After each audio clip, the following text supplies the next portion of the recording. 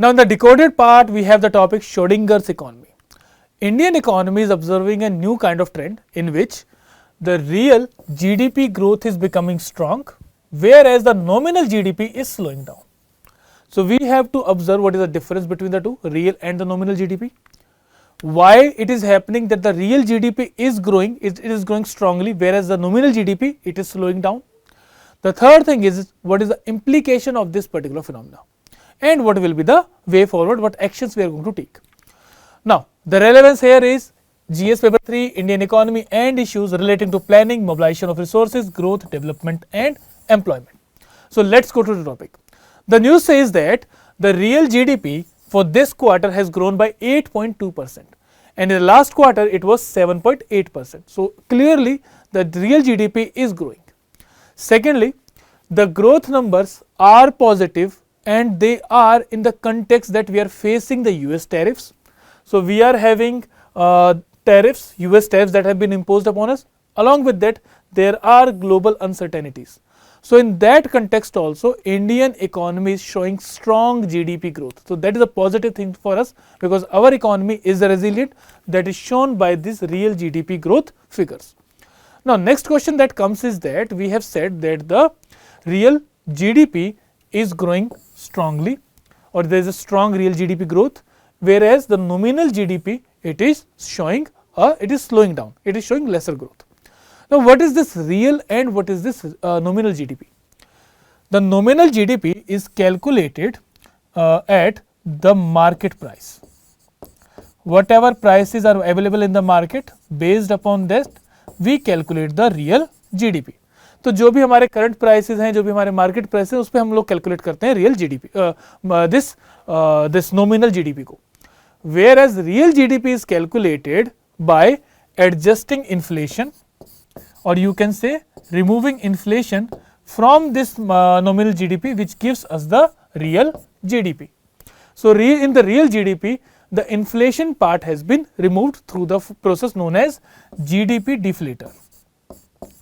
So through GDP deflator, we remove the inflation element and we get the real GDP. So GDP deflator removes the inflation part from the nominal GDP and it gives us the real GDP.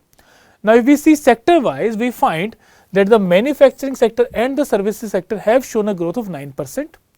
उसके बाद the private consumption has also grown by 0.9% from the last quarter.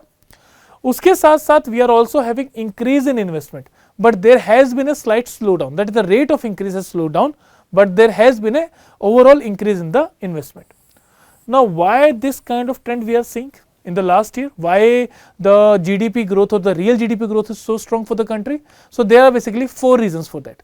The first reason is the low base effect. That is one. The base we are having is low, so whatever growth we get, that will be having a higher value.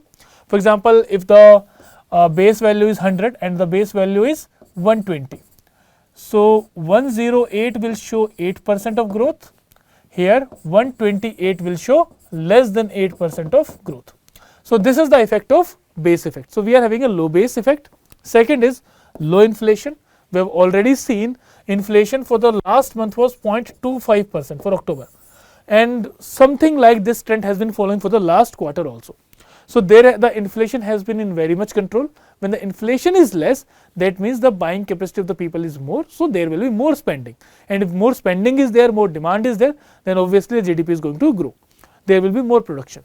Then third one is stockpiling for the festive season, because the festive season have just ended. You can say Diwali was there and other festivals were there. So in that context also there is going to be higher demand. Lastly, GST rate cut, that was also there to boost the consumption in the country. So there has been GST rate cut and there has been a rise in the vehicular consumption also, as well as other buying was also there.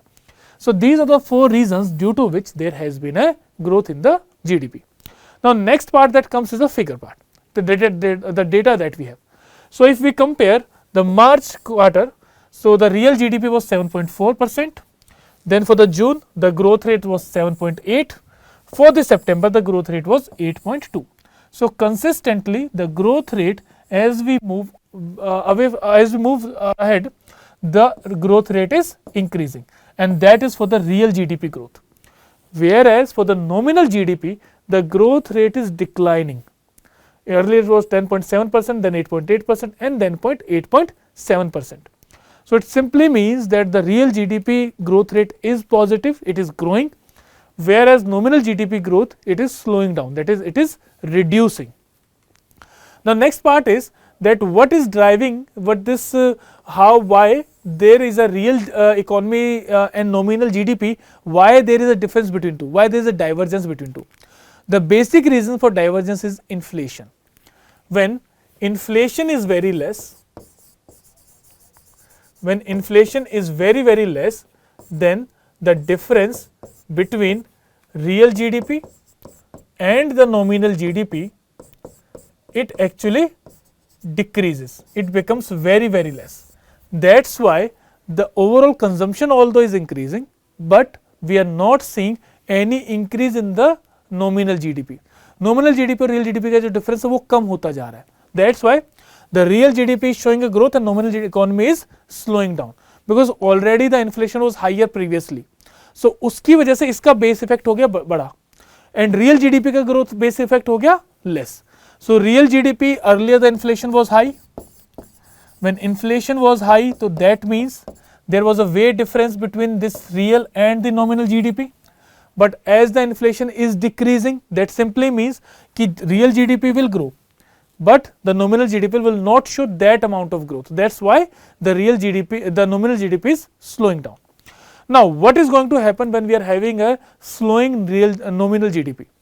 देखो, when there is a low nominal growth, that it means the cost and prices will be less, but उसके साथ साथ there will be weaker revenues and the income.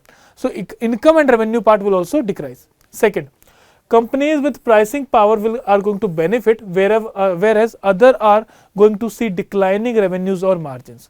So those big companies, they are going to benefit in this scenario, but the smaller companies are going to be disincentivized in this scenario. Then third one is, it is going to put pressure on the government also, because whatever fiscal deficit figure we take, whatever revenue deficit figure we take, we compare that figure with respect to the nominal GDP. जो percentage हम निकालते हैं fiscal और nominal GDP, fiscal and revenue deficit की, वो निकालते हैं as per the nominal GDP. So nominal GDP is always at the base when we are calculating the percentage of fiscal or the real GDP, fiscal deficit or the revenue deficit. Now when this nominal GDP is going to decline, obviously the fiscal deficit figures are going to swell up. So that means the government has to now control their revenue expenditure, and that control over the revenue expenditure is going to affect the infrastructure investment, it is going to affect the other social schemes also. So it is going to lead to decrease in the government expenditure, or it is going to put pressure on the government's fiscal targets. Then last one is tax collection. Tax collection also relate with nominal GDP growth. जितना GDP growth कम होगा उतना tax collection हमें ज़्यादा दिखेगा. So this year also this quarter also the net taxes have grown by 9%, and that figure is basically shown due to the low nominal GDP. The next part is, अब आगे आने वाले time में क्या होगा?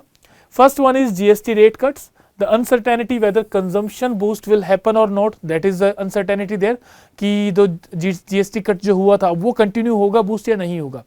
Second is the US tariffs, what is going to be their fate, till what time they will be applicable. So that is the second scenario we have. Third one is data revisions. In 2026 we are coming up with the revised base year, as well as other data for GDP and CPI. So that is also going to have impact over our growth figures. Then in the context of RBI and monetary policy, the NPC has room for further rate cuts because inflation is already low, whereas the focus is on whether the cut is needed or not. So for higher growth, the MPC can actually further go for lower interest rates that can boost more investment, that can boost more consumption by the people. But the point is that whether RBI is going to go further with the rate cut or not, because for the external sector, Indian rupee is depreciating. So in that context, there is a dilemma that whether we should go for rate cuts or not. Now it's your turn. You can attempt this mains question, and you can bring your answers to us. So with this we conclude for the day. Thank you very much.